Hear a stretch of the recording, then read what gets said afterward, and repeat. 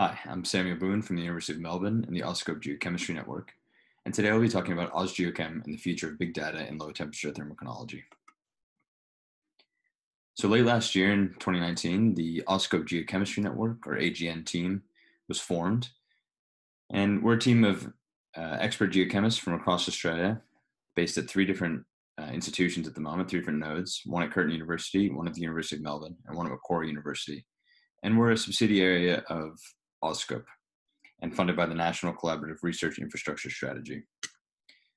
Well, we only have three nodes at the moment. We aim to expand in the near future. However, we're already working with geoscientists from across Australia from a number of universities and institutions.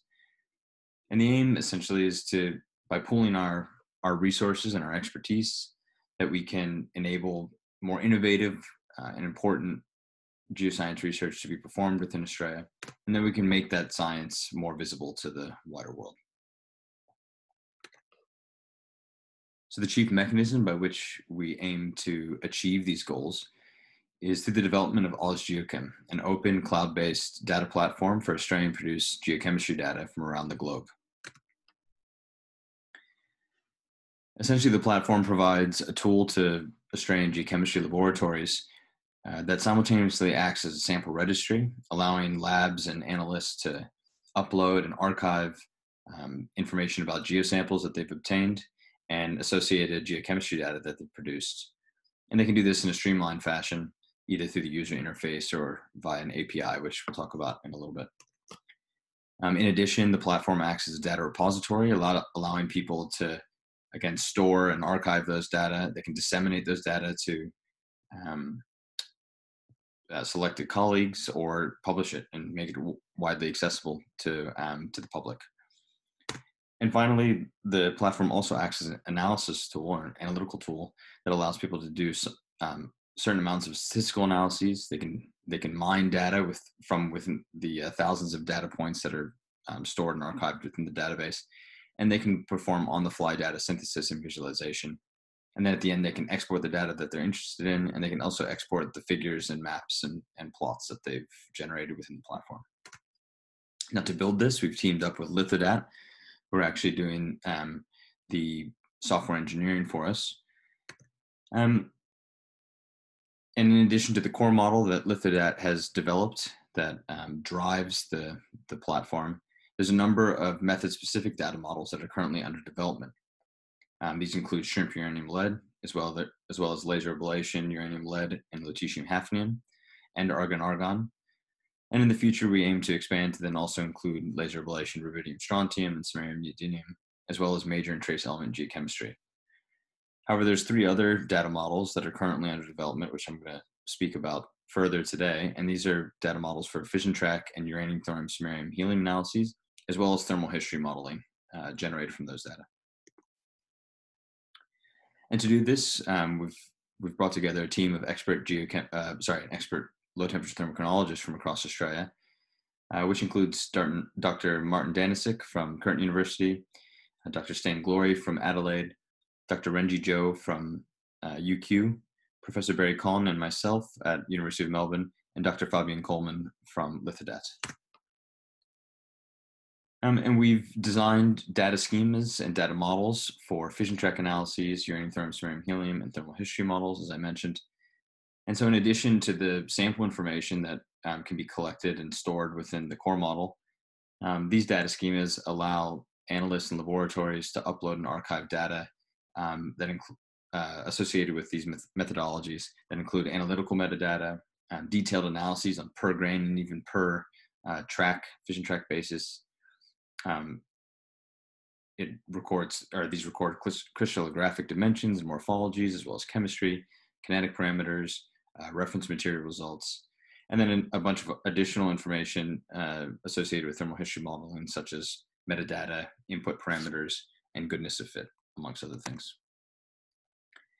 And these are stored in a structured relational database that, which you'll see in a moment, enables users to perform quite interesting data analytics and visualization functionalities.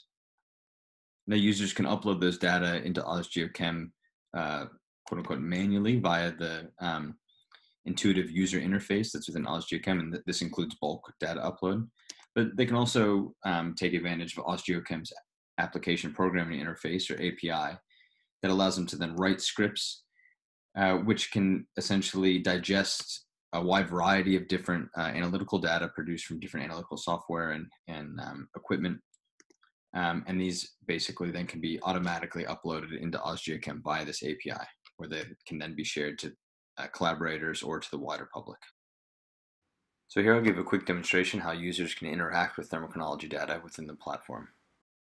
So you can explore the database in its geospatial context by scrolling around. It operates similar to how Google Earth does. You see here we've just changed the base map from satellite view to street map, but we also have other types of base maps, including geology and dark. Now, if you'd seen, I've just hovered my cursor over a sample. Some small amount of information, like sample name, comes up, but when I click on it, I can find out additional information about the sample, the associated data, and here we're looking at a range of appetite fission track analyses from around Sydney in Eastern Australia. Now, by clicking on the reference, it takes you straight to the associated publication, where you can find out more about the study.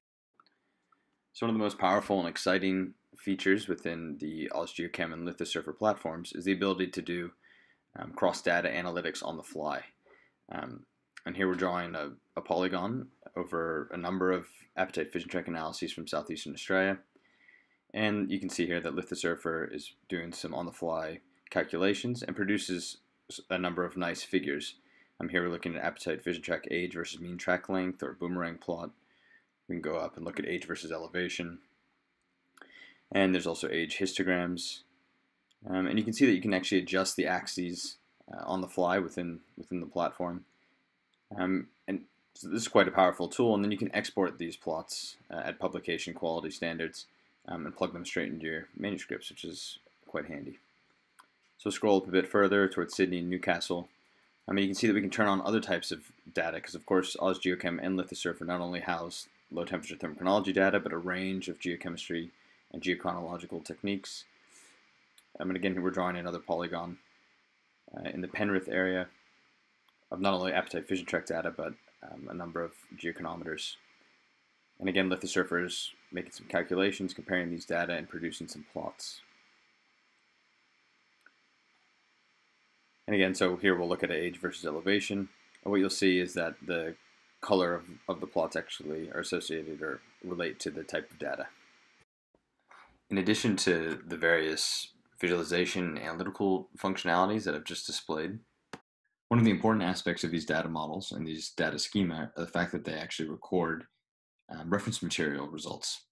So these are the results that people get on the reference materials that they analyze along with the unknowns when they're generating all these data. Now, this is important because it allows users of the platform to independently assess the quality of the data they're looking at.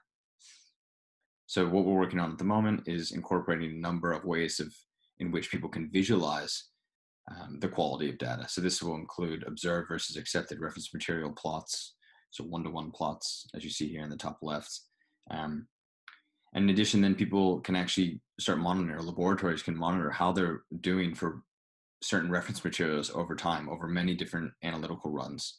So you can see if your precision's changed over time. And then we can perhaps incorporate things like steam graphs, which are fun ways to, and interesting ways to visualize how precision over just one lab, an individual lab, or perhaps multiple labs are changing over time, which could reflect new machinery and new equipment, as well as new analytical techniques.